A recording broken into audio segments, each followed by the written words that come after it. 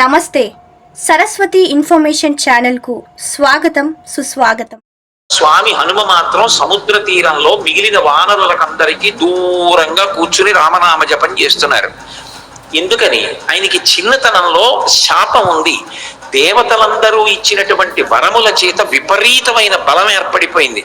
ఆ బలం ఏం చెయ్యాలో తెలియక చిన్నతనంలో మహర్షులు మడిబట్టలు ఆరేసుకుంటే వాటిని చింపేసేవారు. యజ్ఞకుండాలు కనపడితే తిరగదోసేసేవారు. ఇప్పుడు ఈ పిల్లవాడికి ఇంత బలం అనవసరం. వీడు పెద్దవాడు అయిన తర్వాత వీడికి అవసరం వచ్చినప్పుడు గుర్తొస్తే చాలని వాళ్ళు చేపురీరం రఘుశ్రేష్ఠ నాతి క్రుద్ధాతి మంజవ అంటారు ఉత్తరాఖండలో. వాళ్ళు ఏం కోపంతో కాదు, ఇప్పుడు ఎందుకు ఈ పిల్లాడికి ఇంత బలం, అవసరం వచ్చినప్పుడు గుర్తొస్తుంది. ఈ పిల్లవాడి బలాన్ని వీడికి మళ్ళీ జ్ఞాపకం చేస్తే వీడికి జ్ఞాపకం వచ్చి శాపం పోతుంది అని శాపం ఇచ్చారు. తన బలం తనకి తెలియదు. అందుకే వాలి తరువుకొస్తున్నప్పుడు కూడా కిష్కింధకాండలో సుగ్రీవుడు పారిపోతుంటే హనుమ కూడా వెళ్ళిపోయారు తప్ప వాలికి ఎదురు తిరగలేదు. తన బలం తనకి తెలియదు. ఇప్పుడు జాంబవంతుడు హనుమ దగ్గరికి వెళ్ళారు. వెళ్ళి, నాయనా హనుమ, వానర జాతి యొక్క పరువు ప్రతిష్టలన్నీ నీ చేతుల మీద ఉన్నాయి. ఇంతటి బల సంపన్నుడవి. ఈ లోకంలో ముగ్గురున్నారు గమన వేగం ఉన్నవారు. అంత వేగంగా వెళ్ళగలిగినటువంటి ప్రాణి నాలుగవది లేదు. మొట్టమొదటి వాడు వాయుదేవుడు నీ తండ్రి, రెండవ వాడు గరుత్మంతుడు, మూడవ వాడు నువ్వు. ఇంతటి వేగం కలిగిన వాడివి, ఇంత బలం కలిగిన వాడివి, ఇంత బుద్ధిబలం ఉన్నటువంటి వాడివి. నువ్వు వానర జాతి పరువు ప్రతిష్టలు రామకార్యం ఆలోచించకుండా చేతకాని వాడిలా ఇలా కూర్చుంటావా? నీ తల్లి పుంజకస్థల, ఆమె అప్సరస. ఒకానొక శాపకారణం చేత ఈ భూమి మీద జన్మించింది. ఈ భూమి మీద జన్మించి నీ తండ్రి అయినటువంటి కేసరికి భార్య అయింది. ఆమెకి వాయుదేవుని యందు ఔరసపుత్రుడిగా జన్మించిన వాడివి. పుట్టగానే అపారమైనటువంటి వేగంతో సూర్యమండలం వైపు ప్రయాణం చేసి ఉదయిస్తున్న సూర్యబింబం తినే ఫలం అనుకుని వెళ్ళావు. ఇంద్రుడు వజ్రం పెట్టి కొడితే హనువులంటే నీ యొక్క దవడ సొట్టబడి కింద పడ్డావు కాబట్టి నీకు హనుమ అని పేరు వచ్చింది.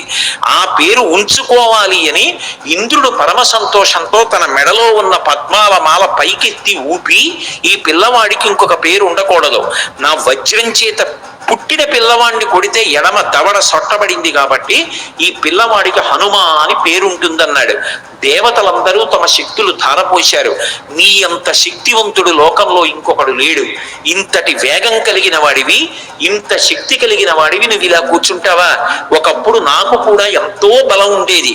వామనమూర్తిగా శ్రీ మహావిష్ణువు ఈ భూమ్యాకాశములనన్నింటినీ ఆక్రమిస్తే ఇంతంతైవటుడు ఇంతయై వరుయుతానింతయ్య భోవీధిపై ఎంతై తోయిద మండలక్రమణ కల్లంతై ప్రభారాశిపై ఎంతై చంద్రునకంతయై ధ్రువునిపై ఎంతై మహర్వాటిపై ఎంతై సత్య పదోన్నతుండకు బ్రహ్మాండంత సంవర్ధి అని పెరిగిపోతే ఆ వామనమూర్తికి త్రివిక్రమావతారానికి 21 మార్లు ప్రదక్షిణం చేశాను నేను. కానీ ఇప్పుడు వృద్ధుణ్ణైపోయాను, బడలిపోయాను, 100 యోజనములు దాటలేను. కాబట్టి పిల్లవాడివి, శక్తివంతుడవు, నువ్వు శక్తి పుంజుకొని బయలుదేరాలని జాంబవంతుడు హనుమతో మాట్లాడి ఒక మాట అన్నాడు. హనుమాన్ హరిరాజస్య సుగ్రీవస్య సమోహ్యపి రామలక్ష్మణయోశ్చాపి తేజసాచ బలీనచ. జాంబవంతుడు రామాయణంలో ఏదైనా చెప్పాడు అంటే దానికి ఒక ప్రమాణం ఉంటుంది. ఎందుకంటే సృష్టికర్త అయిన బ్రహ్మగారు ఆవలిస్తే బ్రహ్మగారి అంశతో బయటికి వచ్చినటువంటి వాడు. ఆయన అంటున్నాడు, హనుమాన్ హరిరాజస్య, ఓ హనుమ, నువ్వు వానరులకంతరికీ కూడా రాజుతో సమానమైన వాడివి. పేరుకి సుగ్రీవుడు రాజు, కానీ సుగ్రీవుడి కన్నా నువ్వు ఏ విషయంలో తక్కువ కాదు. సుగ్రీవుడే కాదు, రామలక్ష్మణయోశ్చాపి తేజసాచ బలీనచ, రామలక్ష్మణులతో కూడా నువ్వు తేజస్సులో బలంలో సమానమైనటువంటి వాడివి. అటువంటి వాడివి ఇలా కూర్చుంటావా? ఉద్దిష్ట హరశార్దూల హరిశార్దూల లంఘవస్య మహార్ణవం పరాహి సర్వభూతానాం హనుమన్యా గతిస్తవ. ఓ హనుమ, నీవు నీ బలాన్ని జ్ఞాపకాన్ని తెచ్చుకొని పైకి లేచి ఈ సముద్రాన్ని దాటు. నువ్వు దాటుతున్నప్పుడు ఈ బ్రహ్మాండంలో ఉన్నటువంటి సమస్త భూతములు ఆశ్చర్యపోతాయి. నీ గమన శక్తిని చూసి ఆశ్చర్యపోయి భూతకోటి అంతా లేచి నిలబడి నమస్కరిస్తుంది. అంత వేగంతో వెళ్ళగలిగిన వాడివి. అటువంటి వాడివి ఇలా కూర్చోకూడదు. వానర జాతి పరువంతా నీ చేతిలో ఉంది. నువ్వు ఇవాళ వెళ్ళి సీతమ్మ దర్శనం చేసి వచ్చి ఆమె జాడ తీసుకొస్తే మనం వెళ్ళి మళ్ళీ సుగ్రీవుడికి చెప్తే, సుగ్రీవుడు రాముడికి చెప్తే రాముడి వలన ఉపకారం పొందినటువంటి సుగ్రీవుడు ప్రత్యుపకారం చేశాడనేటటువంటి మాట నిజమవుతుంది. లేకపోతే మన ప్రభువు పరువు పోతుంది, ప్రభువు చేత పరిపాలింపబడిన వానర జాతి పరువు పోతుంది. ఇంతమంది పరువు నీ చేతిలో ఉంది, ఇంతమంది శోకాన్ని పోగొట్టగలిగిన వాడివి నువ్వే, నాయనా లే అని ఒక్కసారి ప్రచోదనం చేస్తే శాప విమోచనం అయిపోయింది. తెలియక ఒక మాట అంటుంటారు, హనుమకి తన బలం గుర్తు చెయ్యాలని. మనం ఇప్పుడు జ్ఞాపకం చెయ్యక్కర్లేదు. ఎప్పుడో కిష్కింధకాండ చివరిలో సుగ్రీవుడు చేసినటువంటి స్తోత్రం చేత హనుమ యొక్క ఆ శాపమంతా విమోచనం అయిపోయింది. వెంటనే ఆయన తన బలాన్ని తాను జ్ఞాపకానికి తెచ్చుకొని మహేంద్రగిరి మీదకి ఎక్కుతూ అక్కడ నిలబడి ఒక మాట చెప్పారు, నా బలం నాకు జ్ఞాపకానికి వచ్చింది. నాతో సమానంగా వెళ్ళగలిగినటువంటి వాళ్ళు ఇద్దరే. ఒకటి నా తండ్రి వాయుదేవుడు, రెండు గరుత్మంతుడు. నేను ఎంత వేగంగా వెడతానంటే సూర్యుడు ఉదయాద్రి మీద ఉదయించి ప్రయాణం ప్రారంభం చేసినప్పుడు సూర్యుడితో పాటుగా ప్రయాణం ప్రారంభం చేసి సూర్యుడు మధ్యాహ్నానికి ఆకాశం మధ్యలోకి వచ్చేటప్పటికి నేను పశ్చిమాద్రికి వెళ్ళి పశ్చిమాద్రిని ముట్టుకుని మళ్ళీ తిరిగి వచ్చి మధ్యాహ్నం సూర్యబింబాన్ని కలవగలను. అంత వేగంతో వెళ్ళగలను. సముద్రం మీద నేను వెడుతున్నప్పుడు నా వేగాన్ని తట్టుకోలేక నా తొలల యొక్క వేగానికి సముద్రాన్నంతటినీ చాప చుట్టినట్టు చుట్టి నీటిని పైకెత్తి తీసుకుపోగలను. ఆకాశంలో ఉండేటటువంటి మేఘములనన్నిటినీ కూడా నా భుజముల చేత కట్టి ఈడ్చేయగలను. ఈవలి ఒడ్డున నిలబడి ఆవలి ఒడ్డుని నా చేతితో స్పృశించగలను. పర్వతములను పైకెత్తి ఆడి వాటిని చూర్ణములను చేయగలను. ఈ భూమినంతటినీ చుట్టతాను. సముద్రాలన్నింటినీ కూడా కలచివేసి అవి తమ చెలియల కట్టలు దాటి ప్రవహించేలా చెయ్యగలను. అంతటి శక్తివంతుడన్న విషయం నాకు అర్థమైంది.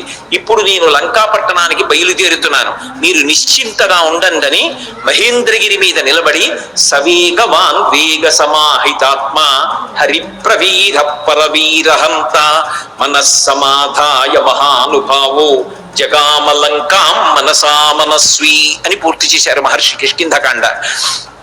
ఆ హనుమ ఇంకా లంకాపట్టణానికి తన శరీరంతో వెళ్ళాలి. కానీ ఆయన అత్యంత ఉత్సాహంతో తన మనసుతో ఏనాడో చేరిపోయారు లంకాపట్టణానికి.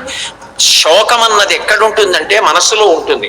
ఆ శోకం పోవడానికి మార్గం ప్రయత్నం ఎక్కడుంటాయంటే మనసులోనే ఉంటాయి.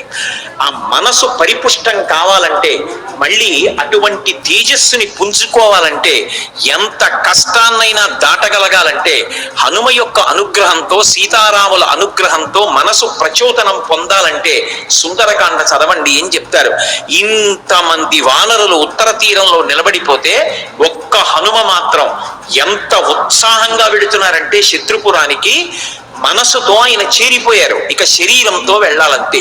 అంత అద్భుతమైనటువంటి రీతిలో ప్రయాణం చేయడానికి ఆ మహేంద్రగిరి మీద నిలబడినటువంటి స్వామి హనుమ యొక్క స్థితిని ఆవిష్కరిస్తూ సుందరకాండ ప్రారంభం అవుతుంది. ప్రారంభం చేస్తూ మొదటి శ్లోకంలో మహర్షి అంటారు, తతో రావణనీతాయా సీతాయా శత్రుకర్షణ ఈష పథమన్వేష్టం చారణాచరితే పథి. చారణలు ప్రయాణం చేసేటటువంటి మార్గం ఏదుందో ఆ మార్గంలో ప్రయాణం చేసి రావణుడి చేత అపహరింపబడినటువంటి సీతమ్మ జాడ కనిపెట్టడానికి స్వామి హనుమ శత్రుకర్షణుడై సంకల్పమును చేసి ఉన్నారు. ఎవ్వరూ చెయ్యలేనటువంటి సంకల్పం. అవతల దుర్నిరీక్షుడైనటువంటి రాక్షసుడు, అపారమైనటువంటి తపస్సు చేసినవాడు, కాంచనలంకకి అధిపతి, 100 యోజనముల సముద్రాన్ని దాటి వెళ్ళాలి. ఆవలి ఒడ్డున దిగిన దగ్గర నుంచి విచ్చుకత్తులు పట్టుకుని రాక్షసులు నిలబడతారు. ఎవడి తేజస్సు చూసినంత మాత్రం చేత యమధర్మరాజు గారు కూడా కాకిలో దూరి పారిపోయాడో అంతటి మహా తేజస్ సంపన్నుడు. తన జీవితం మొత్తం మీద రామచంద్రమూర్తి చేతిలో చనిపోకముందు అతను ఓడిపోయింది ఇద్దరి చేతిలోనే. ఒకటి వాలి చేతిలో ఓడిపోయాడు, 2 కార్తవీర్యార్జునుడి చేతిలో ఓడిపోయాడు. దిక్పాలకుడిని కూడా ఓడించాడు, దేవతల్ని ఓడించాడు, ఇంద్రుణ్ణి ఓడించాడు. అంతటి శక్తివంతుడు, దుర్నిరీక్షుడు, అసలు చూడడం కూడా సాధ్యం కాదు. అంతటి తేజస్సుతో వెలిగిపోతుంటాడు. కొన్ని కోట్ల మంది రాక్షసులు నిరంతరం పరివేష్టించి ఉండి లంకాపట్టణాన్ని కాపలా కాస్తూ ఉంటారు. అటువంటి లంకాపట్టణంలో అతను ప్రాణ సమానంగా భావించి దాచినటువంటి సీతమ్మ యొక్క జాడ కనిపెట్టాలనేటటువంటి సంకల్పం చేసుకుని బయలుదేరుతున్నారంటే అటువంటి సంకల్పం చెయ్యగలిగినటువంటి వాడు వేరొకడు ఎక్కడుంటాడు. అందుకని ఈష ఎంత ఎంత గొప్ప సంకల్పం చేశారు. అందుకని ఈశ పదమన్వేష్టం చారణాచరితే పది. చారణాచరితే పది అంటే చారణులు అంటే దేవగాయకులు. రామాయణంలోనే అనేక చోట్ల వాళ్ళ ప్రస్తావన వస్తుంది. శంకర భగవత్పాదులు చేసినటువంటి నవరత్నమాలికా స్తోత్రంలో కూడా చారణుల గురించినటువంటి ప్రస్తావన ఉంటుంది. చారణులు ఇప్పుడు శుభవార్తలు చెప్తూ ఉంటారు. సుందరకాండ ప్రారంభమే శుభవార్తలు దేవతలకి చెప్పేటటువంటి చారణుల యొక్క ఒక్కసారి వాళ్ళ స్మరణతో ప్రారంభమవుతుంది. అంటే సుందరకాండ ఎవరు చదువుతున్నారో ఎవరు వింటున్నారో వాళ్ళు శుభవార్త వింటారు అన్నది అన్యాపదేశంగా వాల్మీకి మహర్షి జాతికి ఇస్తున్నటువంటి అభయం. ఆ చారణులు దేవగాయకులు. వాళ్ళు భూమికి దగ్గరగా తిరుగుతూ ఉంటారు. వారు భూమి మీద దిగరు, ఆకాశ మార్గంలో వెడుతూ ఉంటారు. అంటే స్వామి హనుమ సముద్రం మీద కాకుండా సముద్రానికి తగలకుండా ఆకాశ మార్గంలో వెళ్ళడానికి నిర్ణయించుకున్నారు అన్నది భావన. ఇందుచేత అంతటి శక్తివంతుడు, అంతటి గమన వేగం కలిగిన వాడు, గరుత్మంతుడితో సమానమైన వాడు కాబట్టి ఆయన వెళ్ళగలరు ఆకాశంలో. కాబట్టి తతో రావణ నీతాయా సీతాయా శత్రుకర్షణ ఈశ పదమన్వేష్టం చారణాచరితే పథి. అదే శ్లోకం సంసారం అనేటటువంటి సముద్రాన్ని తరించడానికి ఎటువంటి ఉపాయములను అనుష్ఠిస్తారో అటువంటి ఉపాయములు హనుమ ద్వారా ఆవిష్కరింపబడిన కాండ కాబట్టి అదే శ్లోకాన్ని వేరొక రకంగా అన్వయం అయినప్పుడు హనుమ వలన మాత్రమే మళ్ళీ అందులో ఇంకొక విషయం ఆవిష్కరింపబడుతుంది. ఆయన చారణాచరితే పది, చారణులు వెళ్ళినటువంటి మార్గంలో వెడుతున్నారు. చరణము అన్న మాట దేనికి అన్వయం అవుతుందంటే ప్రధానంగా వేదంలో ఉండేటటువంటి మంత్రభాగాలు ఉంటాయి. వేదంలో ఉండేటటువంటి మంత్రభాగాలకి సంబంధించినటువంటి విభాగాల్ని చరణములు అని పిలుస్తారు. చారణ చరితే పది అంటే వేదము చేత చెప్పబడినటువంటి సంప్రదాయబద్ధమైనటువంటి మార్గంలో ప్రయాణం చేసి బ్రహ్మ విద్యాస్వరూపిణి అయినటువంటి సీతి. ఇలాంటి మరిన్ని వీడియోస్ కోసం వెంటనే ఛానల్ని సబ్స్క్రైబ్ చేసుకోండి.